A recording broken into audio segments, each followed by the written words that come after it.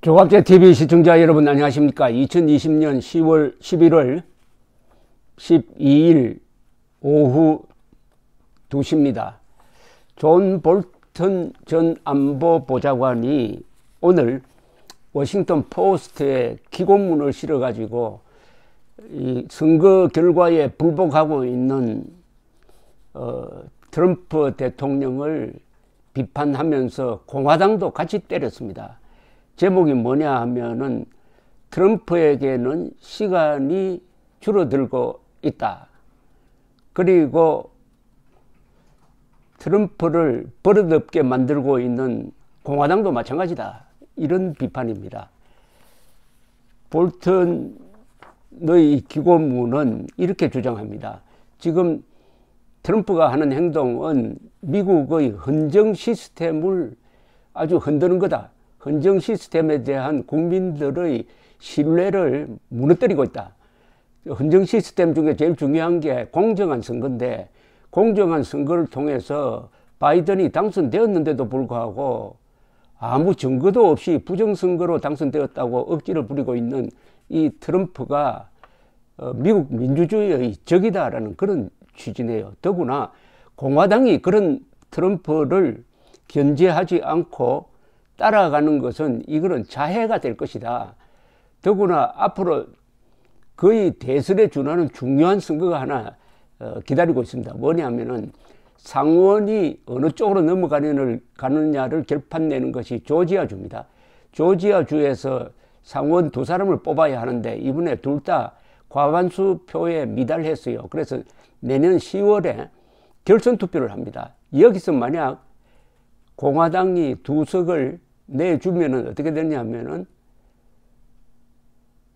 상원이 다수당이 민주당이 되어버립니다. 그래서 이거는 어떻게 보면 그 중요성이 이 대통령 선거에 준한다. 만약 이런 식으로 트럼프가 계속 행패를 부리고 있으면은 조지아 선거에도 좋은 영향을 미치지 않을 것이다 라고 경고를 하면서 이 볼턴은 공화당은 트럼프를 위해서 스스로를 희생시키고 있다.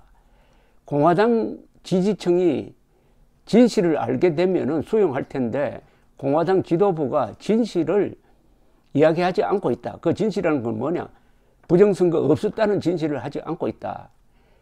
그런데 이게 계속 통할 거냐? 이 변호사 출신인 볼턴은 이렇게 이야기합니다. 이게 지금 트럼프가 마구잡이로 이야기를 하지만은 결국은 모든 것이 법정 정언으로 갈 거다. 선서를 한 다음에 과연 거짓말을 할 수 있느냐?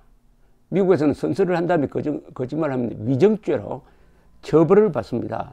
그래서 빨리 공화당이 트럼프를 바로잡아야 한다. 이런 이야기를 하면서 코들링이란 말을 썼네요. 코들링. 코들, 이게 CODDLE 아주 잘 안 쓰는 용어인데 뭐냐면은 버릇없게 군다는 뜻입니다. 버릇없게 굴도록 한다. 그러니까 리퍼블리칸스 후 코들 힘, 트럼프를 버릇없게 굴게 하는 공화당 반성하라 이거죠. 이 볼턴도 공화당원입니다. 그러면서 트럼프의 최근 행동이 이 중요한 약 70일간의 정권 교체기에 있어서 안보를 해치게 된다. 더구나 국방장관을 해임을 하는 등 이 안보 부서를 뒤흔들고 있는데 이 시기에 안보가 가장 취약할 때인데 안보를 희생시키고 있다. 안보는 공화당의 전매 특허가 아니야. 이런 이야기입니다. 사실은 그렇죠. 이게 가장 취약할 때도 이 보초를 쓸 때, 보초가 교대할 때 또는 뭐 비행단에서 이 비행 임무를 맡은 비행기가 착륙하고 새로운 비행기가 뜰 때 이 교대기가 굉장히 위험합니다. 이 교대기를 노려서 공격을 하면은 아주 허물어집니다. 유명한 것이 미드웨이 해전 때 일본이 출격 전투 비행기를 교대시키기 위해서 갑판 위에다가 비행기를 올려다 놓고 폭탄을 갈고 기름을 넣고 있을 때 미국 폭격기가 내습해가지고 폭격해 버렸습니다. 그래서 폭탄 한 2방 맞고는 완전히 불기둥이 솟아가지고 4척의 항공모함이 침몰을 했습니다. 이게 교대 시기에, 안보는 교대 시기에 가장 위험하다는 것을 우리 군대 생활 해본 사람은 실감을 합니다. 그래서 보초 교대를 그렇게 엄격하게 하는데, 이 정권 교대를 하는데 트럼프가 이렇게 행패를 부리고 있다, 이런 지적이었습니다. 그런데 지금 개표는 지금 계속 진행 중인데 점점 바이든이 받는 표가 많아지고 있습니다.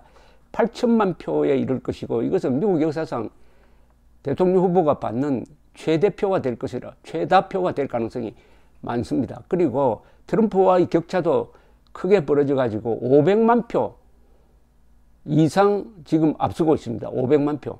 아니, 지금 공화당이 지배하는 주에서 재검표를 하는 데가 있는데, 재검표를 해봤자 차이가 몇십 표 정도밖에 되지 않습니다. 그런데 500만 표를 뒤집을 수가 있습니까? 500만 표를. 제일 비참한 사람이 마이크 폼페오 국무장관입니다. 마이크 폼페오 국무장관은 이 사람이 경력이 좋아요. 웨스트 포인트 졸업할 때 1등 졸업을 했습니다. 1등 졸업을 해가지고 하버드 로스쿨에 가서 변호사가 된 사람입니다. 그런데 어제 무슨 이야기를 했느냐 하면은 기자들에게 오해하지 마라, 트럼프는 제2기로 출범을 할 것이다, 스무스하게 트럼프 제2기 행정부로 옮겨질 것이다 하면서 바이든에게 전화를 걸고 하는 외국 지도자들에게 경고를 했어요. 그런데 황당한 게, 지금 외국 지도자들이 바이든과 통화를 하려면 미국 국무성을 통해야 하는데 미국 국무성이 전혀 협조를 하지 않고 있다고 합니다. 그리고 미국 국무성 앞으로 전달해 달라고 축전을 보내도 전달해 주지 않는다는 겁니다. 이분 오늘 오전에 문재인 대통령이 바이든과 통화를 했는데 어떤 통신 절차를 거쳤는지 아주 궁금합니다. 보통은 미국 국무부가 다 전화선을 연결해 주고 기록도 하고 또 보안 장치도 설정해 주는 거거든요. 존 볼턴 이야기가 나오니까 이 책이 생각납니다. The Room Where It Happened, 사건이 일어난 방. 이 볼턴 회고록에 보면은 트럼프가 안보 문제까지도 재선을 위한 도구로 쓴다, 그 예를 여러 군데 들었는데, 싱가포르 회담 때 김정은과 만나가지고 김정은 앞에서 트럼프가 전임자인 오바마 욕을 그렇게 많이 했답니다. 자기는 오바마와 다를 것이다, 이렇게 이야기를 하니까 그 옆에 앉아있던 폼페오가 낙서를 해가지고 볼턴에게 이렇게 보여주더랍니다. 뭐라고 썼느냐? He is full of shit.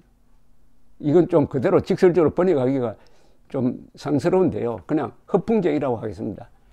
트럼프는 허풍쟁이다 해가지고 메모를 해가지고 보여주더랍니다. 그걸 또 여기에 실었더니 폼페오가 나중에 나는 그런 말 한 적이 없다, 이렇게 발을 뺐습니다만은, 어쨌든 존 볼턴처럼 일찍 트럼프의 이 정상배적 기질을 알아보고 기록을 철저하게 해가지고 퇴임하자마자 한 700페이지가 되는 책을 냈는데, 이 책 하나하나가 요사이 트럼프가 하는 행동을 그대로 예고를 하고 있습니다. 이번 미국 선거와 트럼프의 기괴한 행태를 보면서 역시 대통령 중심제가 매우 위험하다는 것을 알 수가 있습니다.